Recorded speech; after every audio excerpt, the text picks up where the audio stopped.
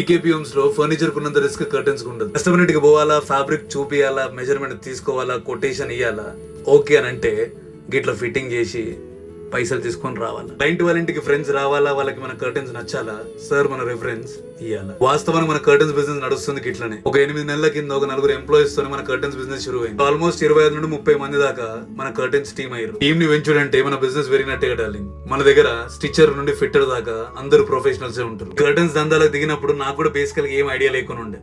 సరే ఏదో ట్రై చేద్దామని స్టార్ట్ చేసి ఉండే బిజినెస్. 4-5 సైట్లకు తిరిగి ఫిట్టింగ్ నేర్చుకుని దాని తర్వాత స్టిచ్చింగ్ నేర్చుకుని ఉండే. అన్న కంపెనీ స్టార్ట్అప్ చేసిన తర్వాత ఎట్లా సక్సెస్ కావచ్చు అని నన్ను చాలా మంది అడుగుతారు. బిజినెస్ కి ఒకటే logic darling, you have to know the basics. అది లేకుండా ఏ బిజినెస్ దిగకండి. ఆ బేసిక్ నాలెడ్జ్ తో బిజినెస్ షురూ చేసిన తర్వాత డీటెయిల్ నాలెడ్జ్ తెచ్చుకోవాలి.